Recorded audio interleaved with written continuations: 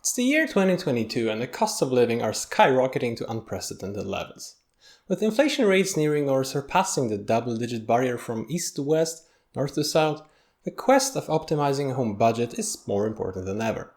At this moment you might be thinking that it can only be done by zealously practicing penny pinching, skipping that extra visit to your favorite cafe down the road. But what if I told you that it's indeed possible to save money without sacrificing too much of your daily joie de vivre? How? By using the dark art by the name of thermodynamics. Thermodynamics is a branch of physics that is concerned with heat and how its transformation to work.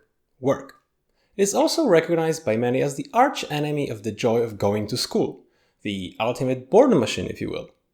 I've asked some of my friends and they are still terrified by the sheer recollection of it. If you fall into this category, send your former physics teacher a note congratulating them for sucking at teaching and traumatizing you. The fact is, thermodynamics is so ubiquitous that it covers pretty much every aspect of our lives, be it in your car's engine or kitchen appliances such as stoves or refrigerators. And it's within those devices where some savings can be made. I don't know about you, but I really enjoy my curry for a dinner, or some hard-boiled eggs with a Vienna sausage to start my day with. All of that requires a fair amount of boiling, which, to nobody's surprise, requires energy to be done. It doesn't really matter if you're using an induction stove as I do, a gas one, or a hot plate. Unless your cooker is solar powered or you have a very close friend who's willing to cover your bills, you have to pay for the privilege with your own money. But you can still reduce the damage if you do it right. Let's analyze the cooking process from a physical point of view to see how this can be done. Technically speaking, boiling is a process in which a system, in this case your food, needs to be kept at a relatively high temperature. Raising its temperature requires energy to be transferred into the system. That's what a stove is doing. But as we know from everyday experience, a body that's warmer than its surroundings will eventually cool down like a cup of coffee left on a table. Cooling transfers energy out of the system and takes place as long as the system is hotter than the surroundings. What does it mean for us? Simply put, some of the energy we put into the cooking pan will inevitably leave it. Energy cannot be destroyed or created out of thin air, therefore during the cooking process the amount of energy entering the system must be the same as the amount leaving it. Therefore, if we reduce the losses, we will also reduce the amount of energy that we need to achieve the same goal. In other words, we'll pay less. There are four main routes in which energy can escape: through radiation, thermal conductivity, convection, or mass transfer. Though they might sound intimidating at first, don't give up on it just yet. The first three types of it are of little importance to us here, as there is not much you can do about them really, so let's not bother for now. However, the last one is something that you can control quite easily, so let's talk about it in detail. Mass transfer occurs when there is some exchange of mass between a system and the rest of the world. In our kitchen case, it boils down to water vapor escaping from the pan, apart from maybe an occasional sauce splatter. As water evaporates, it takes some of the energy from the pan with it, which of course has to be replenished if the temperature of the remaining water is to remain the same. How much energy do you lose in this way depends on how high above the sea level you live. But up to about 1,000 meters it is about 2,256 kilojoules or 0.627678 kilowatt hours.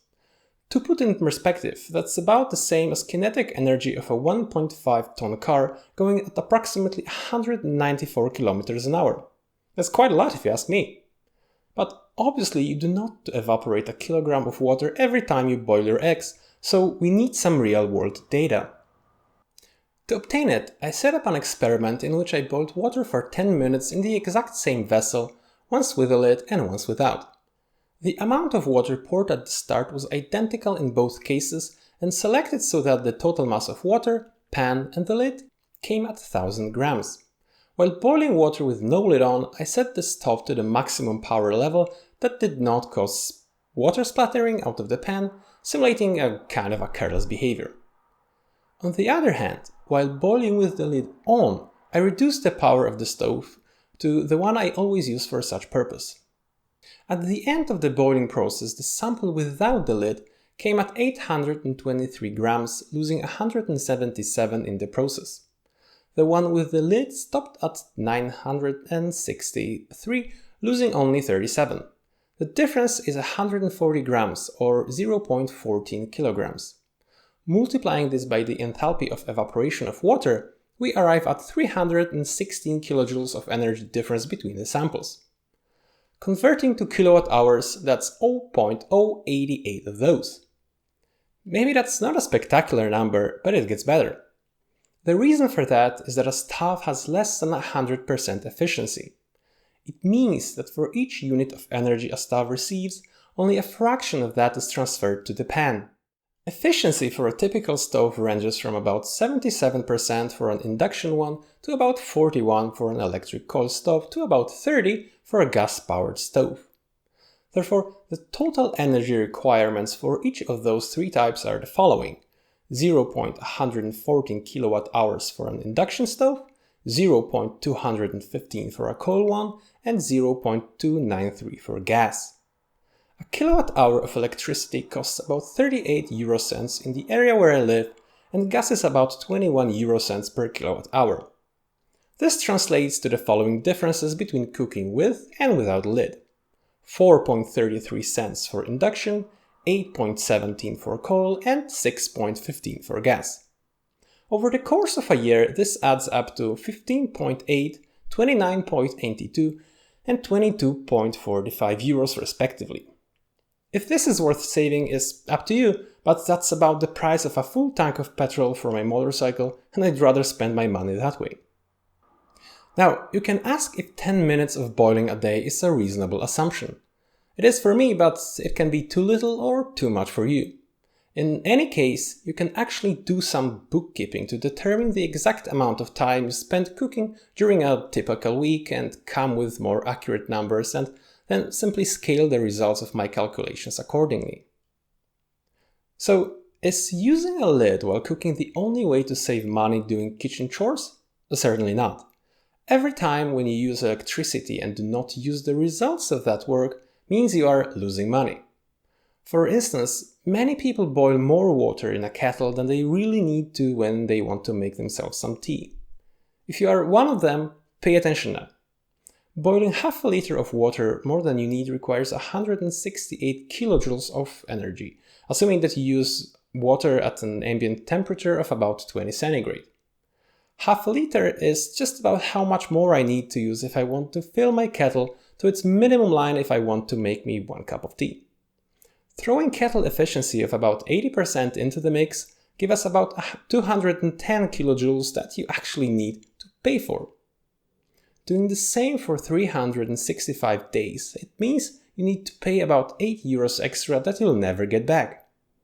And if you do it 4 times a day, it adds up to 24 euros a year. And the solution is simple. Just use a bigger cup or pour 2 cups at the same time, saving both time and money. So that's all for today's video. I hope you learned something and you found it interesting.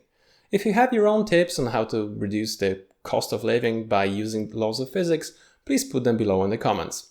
Thanks for watching and have a nice day.